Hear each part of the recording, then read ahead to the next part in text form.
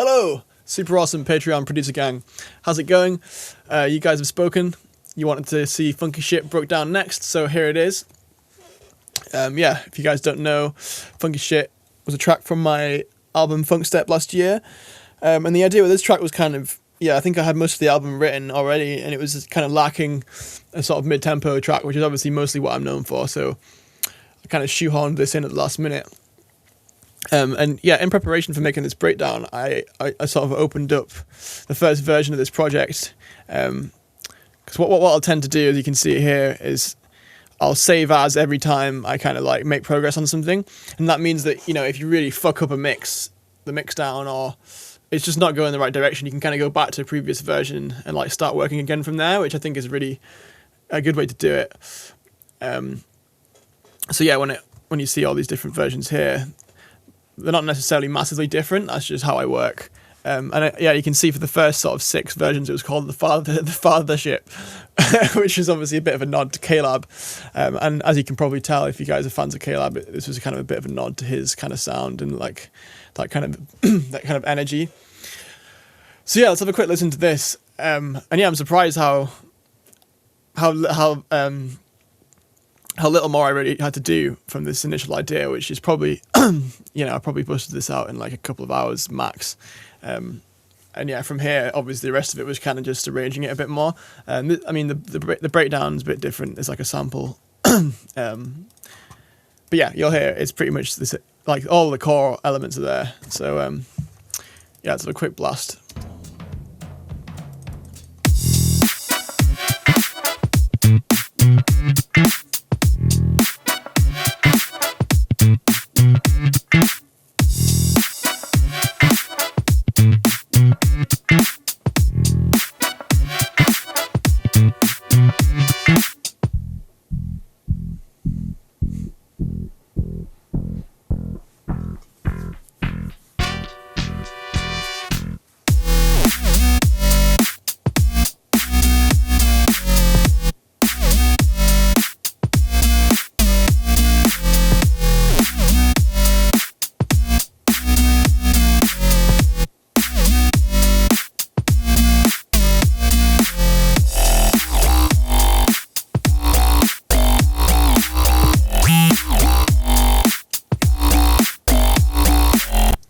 So yeah, as you can see, nothing massive changed really. I mean, obviously the breakdown was a lot different, a lot better, and there's the second drop. But yeah, the main kind of crux of the idea was kind of already there.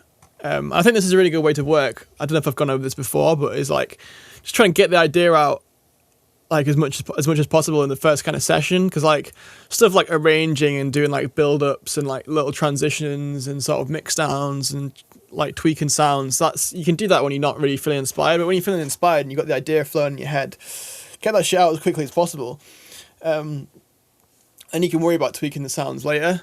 But to be honest with this, it sounds like even a lot of the mix down was kind of there. It's quite rough and ready, but let's open the main project and we'll see how it's looking now, and we'll break it down.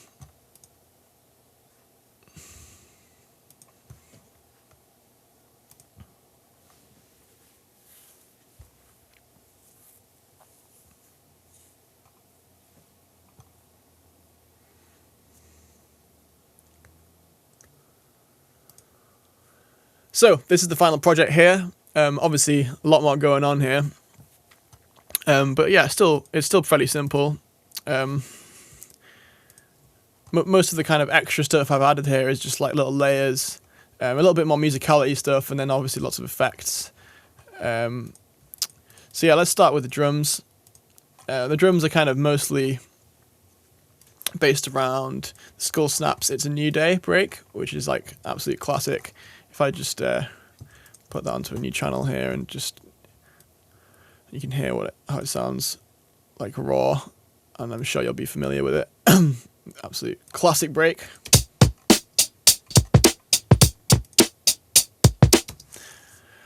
So what I would normally do is kind of like build my drums around a breakbeat like that, and then add a lot more kind of digital layers to kind of like fatten it up, and then you can barely kind of hear the break after that, but it just has that kind of quality to it. But then with this track, I kind of kept it like the break still doing a lot of the talking, if that makes sense. So yeah, if we just listen to the drums on the drop here.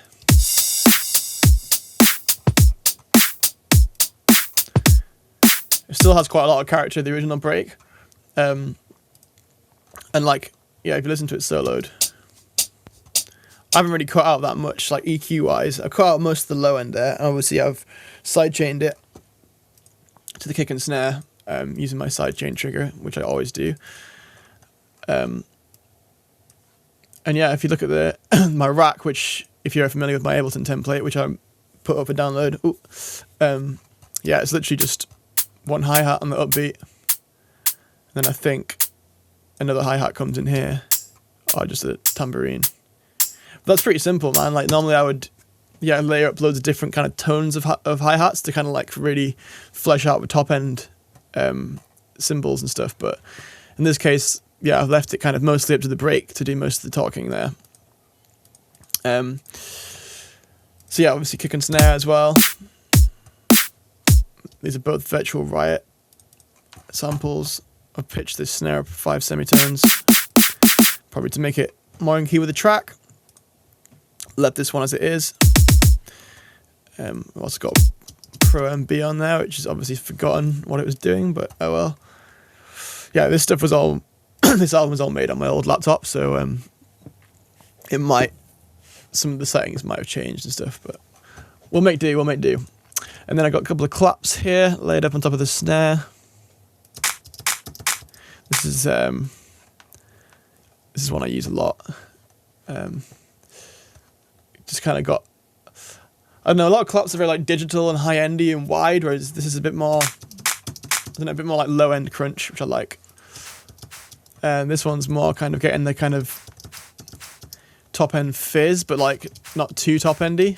Still kind of got a bit of like mid girth to it. And as you can see, I've faded this one and even moved it forward a bit, just so it's definitely not conflicting with the snare at all. Looks like I've fucked up something there. Oh well. And yeah, also this splashy sound. This is actually a ride from a Vengeance pack, but it's basically just white noise. And that's always a good layer on snares, which I use quite a lot. Like if you hear, let me just mute that fill.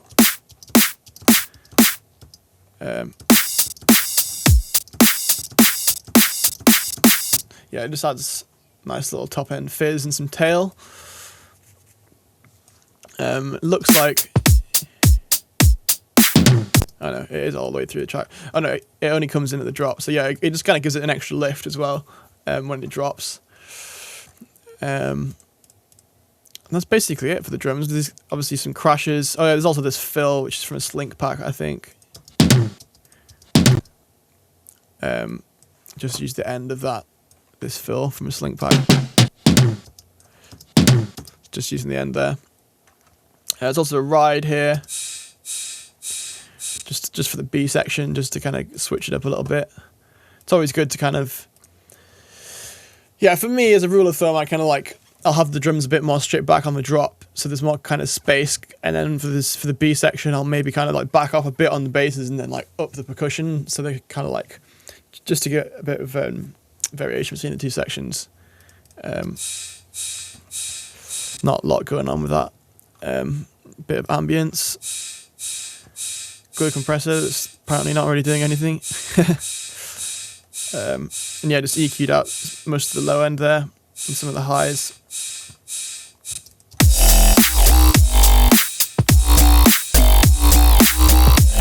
And it depends on the track, but I think it's quite nice to find a ride that has like that kind of like a bit of a tone to it, like so it kind of really pokes through. Otherwise it would just be a fizz, like a white noise fizz like this guy. For it to kind of sound more like a ride, it kind of needs to have that, I think. So yeah, that's basically it for the drums, apart from this little fill here. Oh yeah, we've got this clap which kind of comes in just for the breakdown.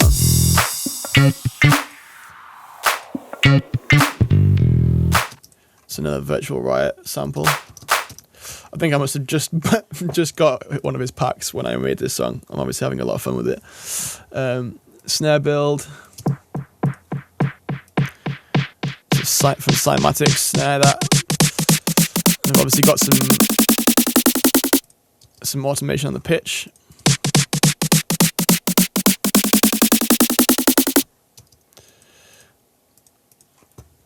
That's in Ableton's sampler, by the way. Guess who's back with the funky shit? Cool, so that's it for the drums. Oh yeah, apart from a bit of compression and EQ on the group there. I think this EQ is kind of just that this node is kind of highlighting the snare, just making sure the kick and the snare are kind of hitting at the same point. Then that's kind of highlighting some of the crack of the snare, and then just bringing up some of the tops there. So yeah, let's get into the basses. I'm just going to unfreeze these guys. Come here, you bastards. Okay, so yeah, this is the main bass here.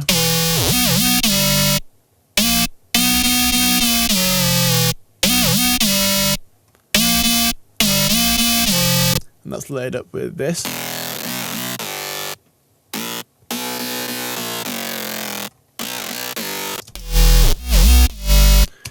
So yeah, if you checked out my my bass tutorial I did, I think it's called like how I create my classic square wobble basses in Serum or something.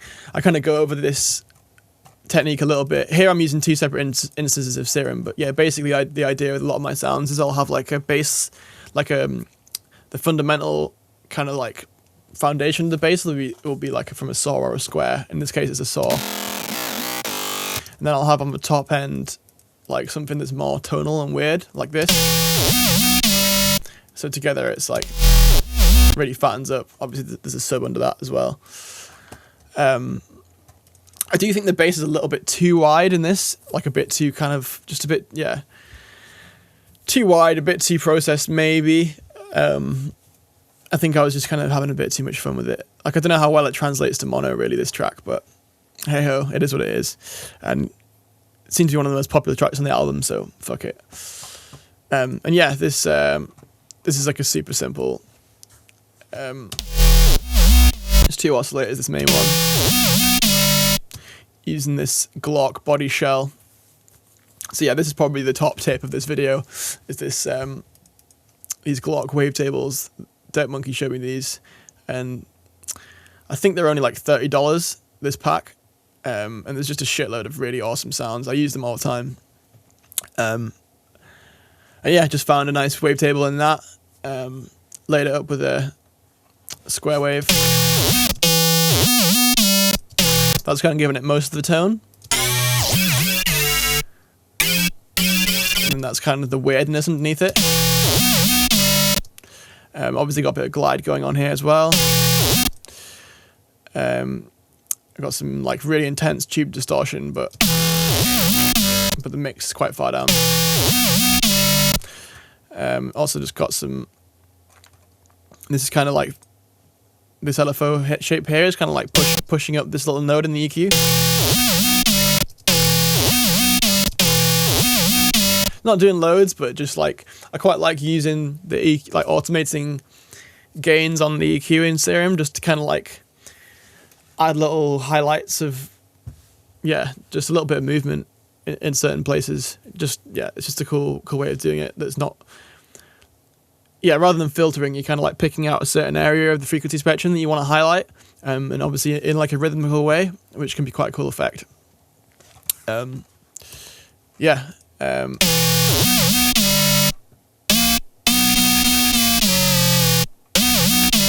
Yeah, that's basically it for that sound. Some pretty extreme EQ going on here.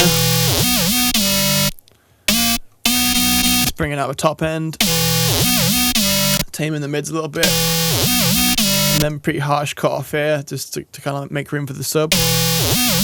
And I've got 2 overdrives here. This is a technique I'll use quite a lot, where I'll kind of like, highlight 2 separate parts of the frequency spectrum using the overdrive, so that if I just turn these on one by one.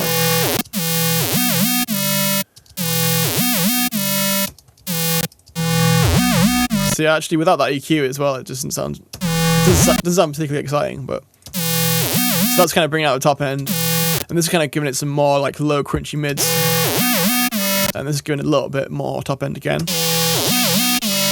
And then obviously trusty OTT, then glue compressor.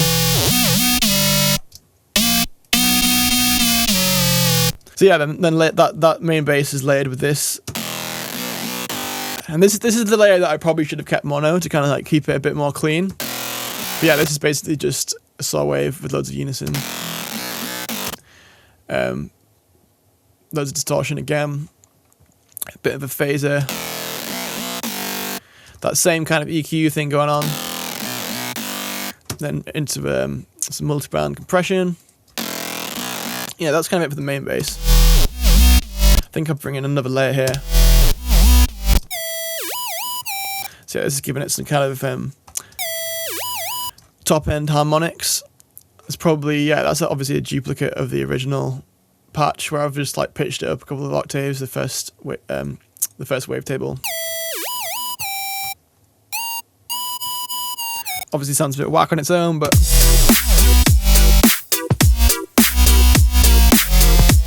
that's just another way to kind of give your track a bit of a lift. Is just to add like a subtle layers that kind of slowly build out the bass. And yeah, that's something I might do quite often. Is like, say it here, we've got it drops for 8 bars, and then the second 8 bars of that first 16, I've added another layer just to kind of like bring it up a little bit more. I think that's when I bring in that kind of reggae skank synth as well. Cool. So this is my favourite bass of the tune, I think.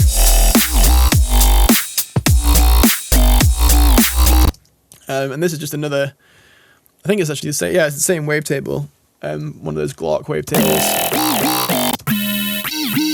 but then laid up with this analog wavetable distort, which I'm not sure where that's actually from. Is it from here? Yeah, no idea. Maybe it's from Massive? No.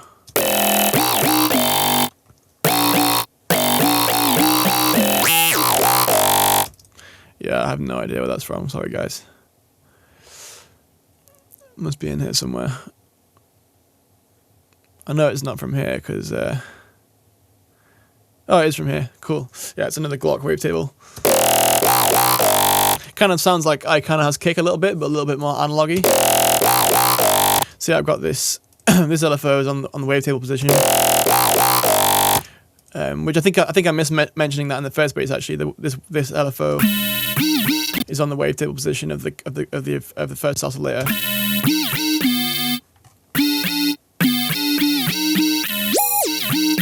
So I think, yeah, the first drop was kind of more around there, and the second drop's around here.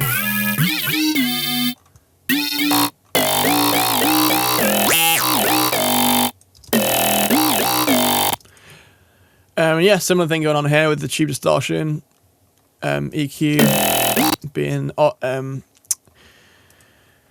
automated. Is that the word? LFO's fucking with the EQ here. Sorry guys, my brain is gone today. And yeah, I did have a multi-band on it here, but I've obviously left that off.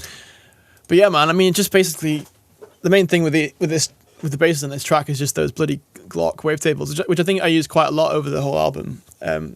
They're fucking rad, so go pick those up. And you're on to the winner. I guess we'll look at the second drop now, and then we'll look at the intro bass, which is kind of a bit of a backwards way of doing it, but whatever. So yeah, this is another...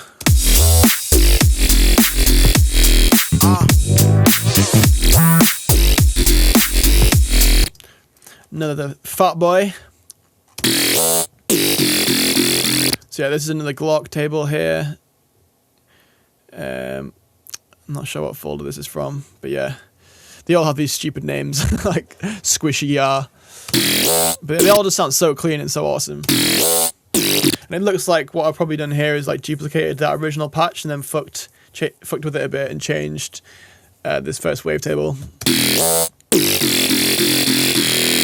But yeah, very similar processing here with the distortion, phaser, EQ, multiband, and then this first LFO just messing with the wavetable position a little bit. I mean, they even look cool when they move about. Just the best wavetables ever.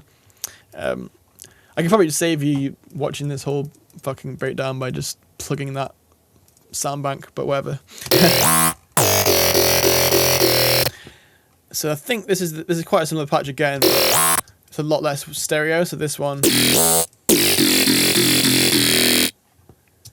I think that has the phaser, and then this one doesn't. Oh, it does. Whatever.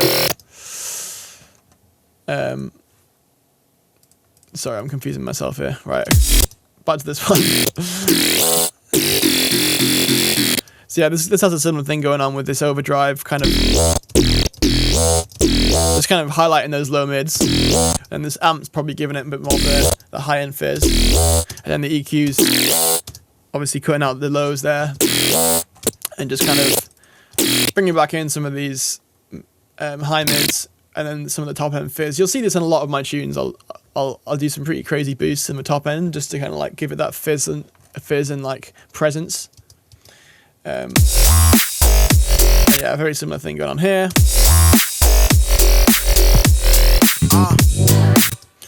Cool. So that's mostly it for the basses. What have we got going on here?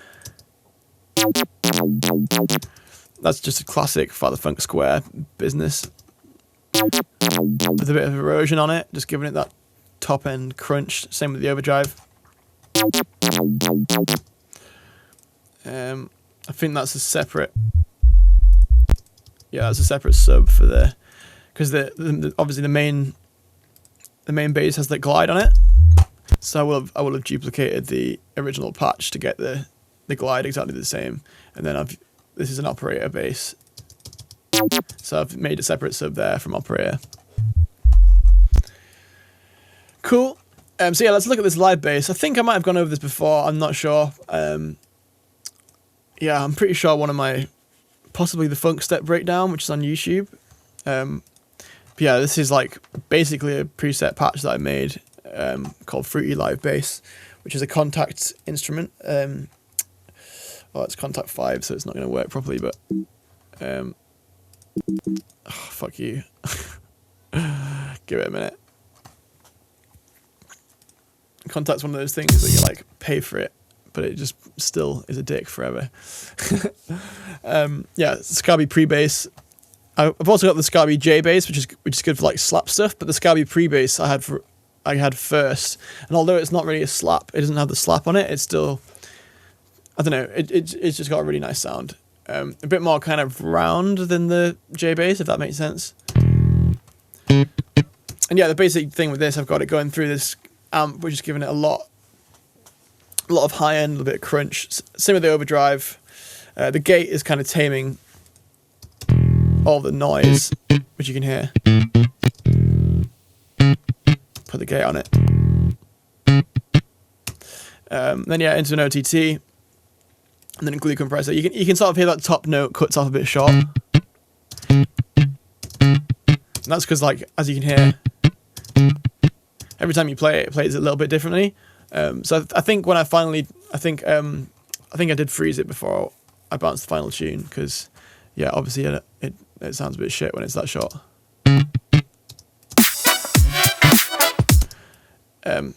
Yeah, that's basically it for that.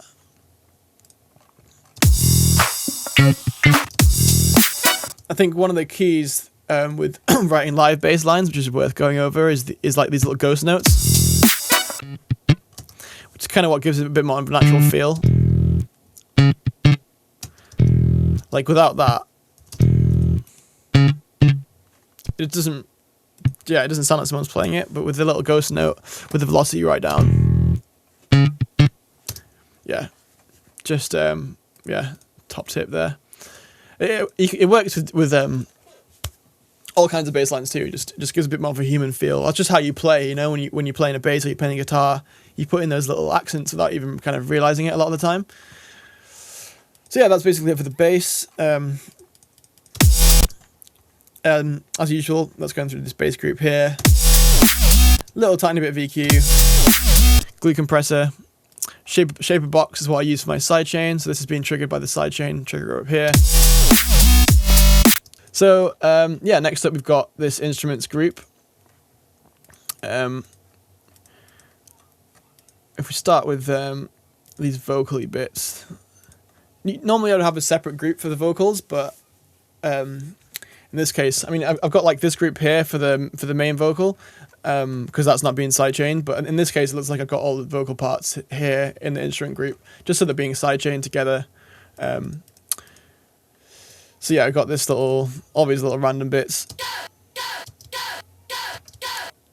I think that's from Rave Generator, which is a really cool free plugin, which just has loads of little vocal stabs and like old school rave synth stabs. That's Rave Generator. Yeah, I definitely recommend checking that out. I'm going to do a tutorial about my favorite free plugins, and that's one of them. So I'll go over that in more depth when I do that. But yeah, it's a cool plugin. Check it out. Rave Generator. This little thing, this is from a Vadim pack. Yeah, man. I kind of rinsed that pack for this album just because it's got some really good, like, not so much like phrases, but like those kind of like dubby, like backgroundy vocals. I think there's another one here.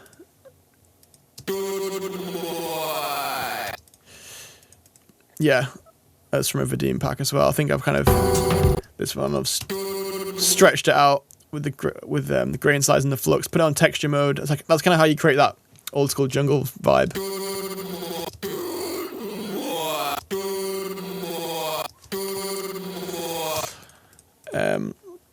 Yeah, what else we got? Got a little I think that's from Splice. I think this is,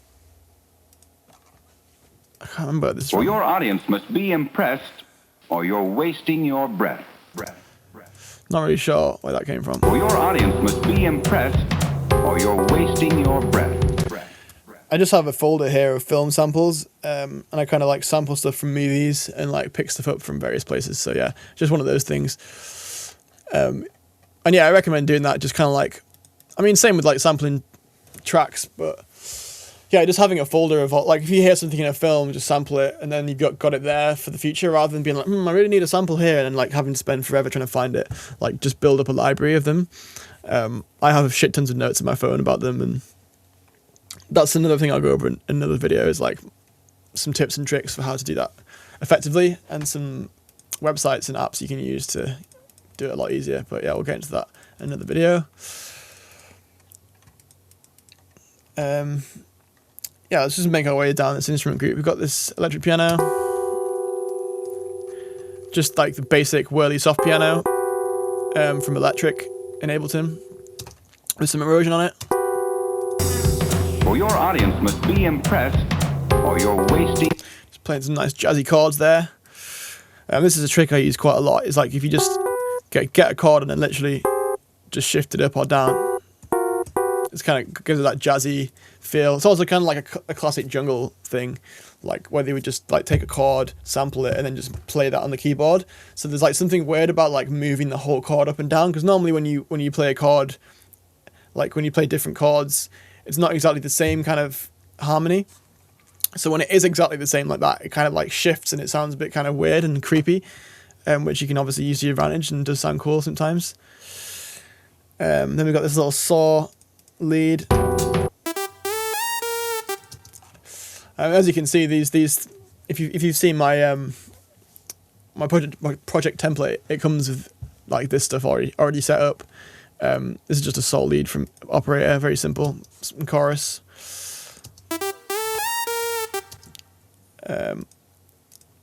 Also got a bit of pitch envelope going on, but that's just in the first part.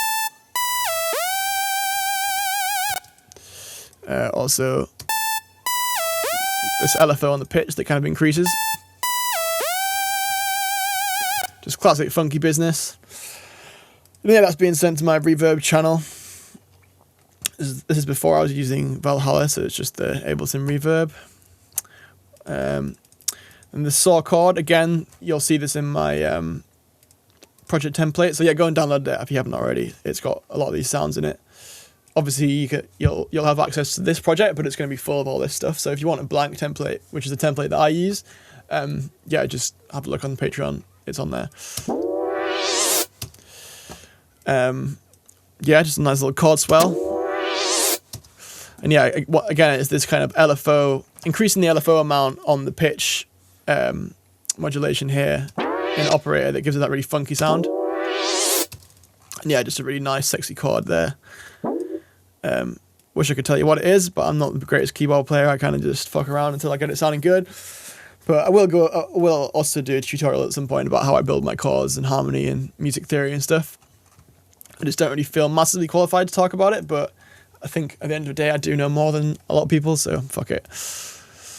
Yeah, then there's these little chord stabs, which kind of like a bit of a reggae feel on the upbeat.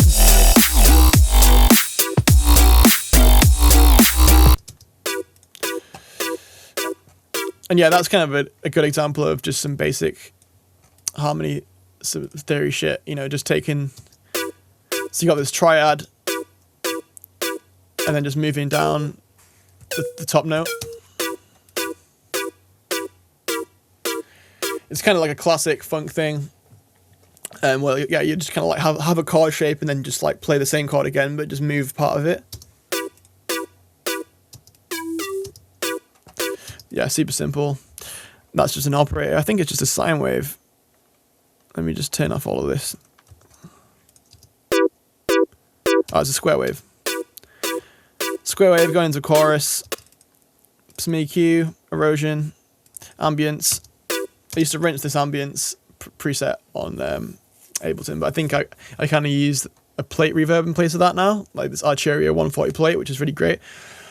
But yeah, if you don't have that, this ambience preset is just really great for giving stuff a bit of room with not too much length on it, you know. Then yeah, glue compressor, bit more EQ here.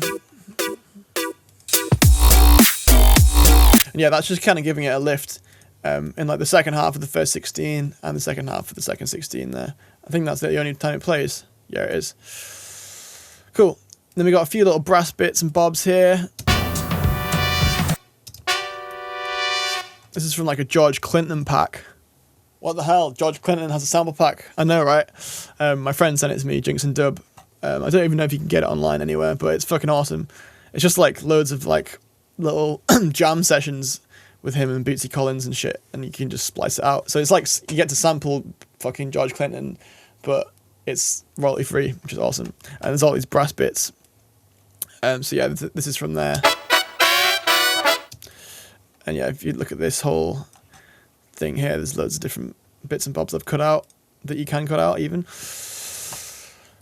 I've got another brass stab here. Is that from the same piece?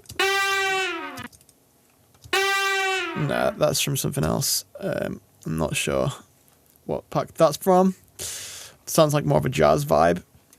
And then there's this little wah guitar going on. And that's something I've recorded myself. I'm not sure if I actually recorded that with a wah pedal or if I did it with my wah guitar trick. Which, yeah, go check out my YouTube channel where I go over how to create a wah pedal effect without an actual wah pedal. But yeah, I don't know, that sounds like it might be real wah pedal. Anyway, that's it for the instrument group. And yeah, that's mostly it. And then we just got a bunch of, yeah, sweeps. This is a sweep from my pack Feature Funk and Glitch Hop, which I did for Sample Phonics when I was at university. I still use this sweep in like nearly every tune, just because it's got that real thickness and just the groove of the sidechain just sounds really good. So yeah, I just use that a lot. Then yeah, we've got like a bit of a rise. Oh no, that's a fall. Vengeance Business. Crowd Noise. Looks like I actually stole this from a Too Many T's track, Diamonds Gold, which I was making a remix for, which I never finished. Then yeah, some more rises. This is from a computer music magazine I used to rinse. Noise rise, super simple. This chime, which I use a lot. Man, I'm really giving you a lot of my best, most well-used sounds and tips and tricks. Hey guys. Yeah, 808 sub. This is from the Slink pack. This little siren, which is also from that Vadim pack. Just some kind of dubby business. It does have kind of like a weird dubby vibe, this tune, which I do quite like about it. It's kind of like got a reggae feel, but without being very reggae at all, if that makes sense. I don't know. This is a great riser from a Featurecast pack.